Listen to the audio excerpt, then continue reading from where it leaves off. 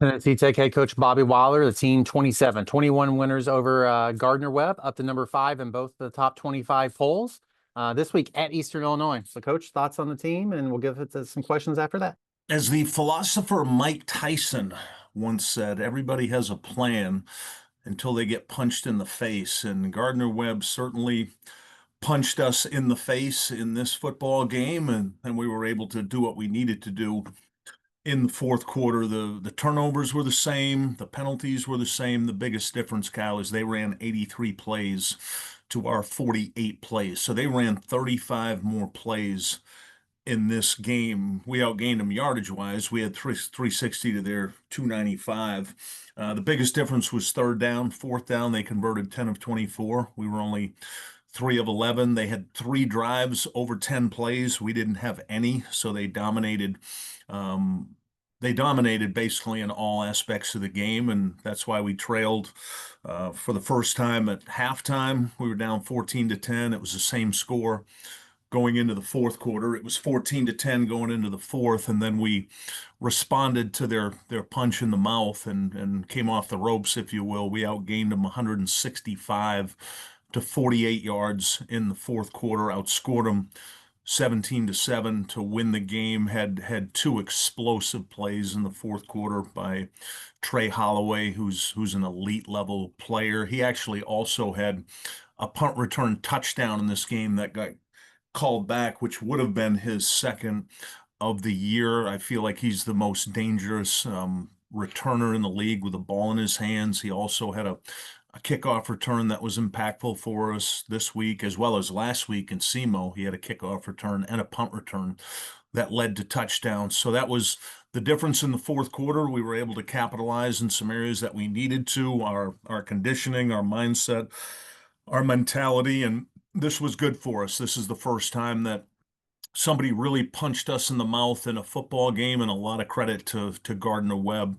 They played well, and in my opinion, Kyle, they're deserving of the recognition. They're deserving of an opportunity here if they win out to be a playoff team. I think they're a good, solid football team in all 3 phases. They're well coached, and that was a really good matchup on Saturday.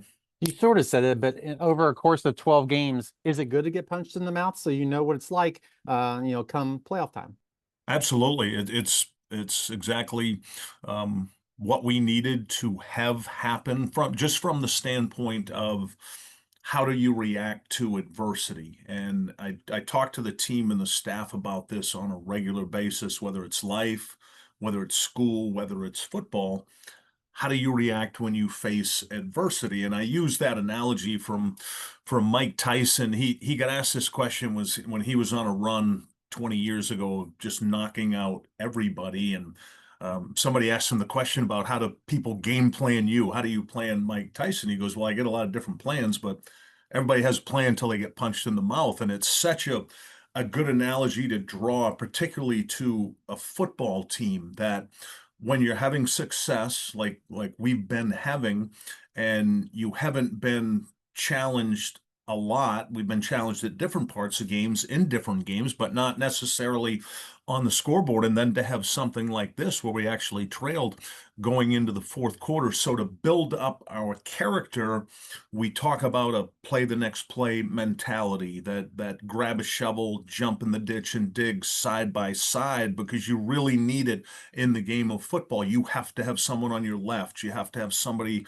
on your right. You have to have people pulling you along when you get a little bit down or you're uncertain about what's happening. And those lessons that we work on, that mentality of how do you respond with adversity and have a plan to respond to getting punched in the mouth. I felt like our team did a really good job handling that. And this is the third game in a row, Kyle, where we've been dominant in the fourth quarter. We've outscored our last 3 opponents 52-14 in the fourth quarter. At Lindenwood, we outscored them 14-0. SEMO 2 weeks ago, 21-7, and now Gardner-Webb 17-7. So that shows some mental toughness within the team to be able to perform well when it's the most pressure in a game. I believe 7 sacks. Can you talk about that? And then also Maurice Lapierre, who was our defensive player of the week. He had 3. 4 tackles. He did forced fumble. He did a little of everything for. He did, and what's most impressive, Kyle, when we needed it most, 5 of those 7 sacks came at the end of the third and during the fourth quarter when the game was at its most pivotal state and could have gone either way. Mo had 2 of them on back-to-back drives that were just critical to stopping Gardner Webb drives. He's a player that joined us, Kyle, this summer. He's a specialist in terms of being an edge rusher, elite special teams player. His game is built on speed. He's 225 pounds, so he's not your typical 250-pound DN. He's a speed guy, edge rusher, specialty linebacker, and special teams player. And we got him in some really favorable matchups against tackle. It's harder. It's harder to block a speed guy, especially if a speed guy knows that you're throwing the ball. So he's been dynamic all year. He keeps getting better at what he's doing, and it was excellent scheme by Chase Mumar, our defense coordinator, and then execution by our defense in the most critical points of the game. Let's talk about your opponent, EIU, and they're coming off an overtime loss last week, but just thoughts on them.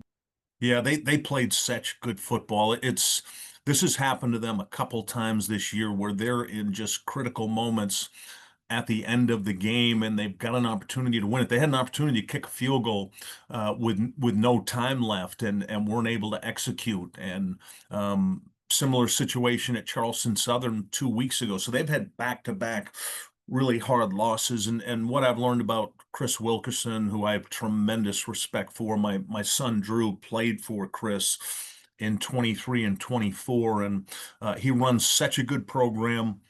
His players are organized, they're detailed, they have a good plan, they have really good culture within their program, and they play really good football at home. And that's something we anticipate this weekend, that this football team will be ready to play. They will challenge us. They'll be well coached. They'll be organized. And I'm excited to go up there and coach in this football game. This is another pivotal game for us, as I told our players this week, Kyle, with all the chaos that happened this past Saturday in the top 10 in FCS football. Number 2, number 4, number 6, number 8 all lost. And that allowed us to move up from 8 to 5 in the country. And you don't want to be that team that gets caught up in that chaos. You don't want to be that team that loses a game at a critical time in the season. And it feels like right now we're already in the playoffs because each week is so important. Each week matters. And what I'm most hoping for with this game, Kyle, is we haven't played our best football game yet this year. We play with elite effort. There's an average of 175 plays in the game. We play with elite effort. We play a lot of players. They understand the effort required. We're not playing with elite execution. We had 3 critical plays in this game. I mentioned Trey Holloway. We had a penalty on a punt return touchdown. They ran a fake punt. We stopped it. We had another penalty on that, and then we didn't field the opening kickoff. It looked like the ball was going to go out of bounds, and our player didn't get there quick enough. So 3 touchdowns were on just poor execution by us. So the goal for us this week is to combine that elite effort with elite execution at Eastern Illinois, because we're going to need to play a good football game to beat these guys. Last one, and we'll let you go. You have a lot of depth. Obviously, you said Kekoa could have an average game and not get be outshined like with Trey having so many good plays, but his efficiency. Eastern's coach got asked earlier about his 2 quarterback systems were very efficient. So it seems like it'll be a battle of quarterbacks that are very efficient so far this year.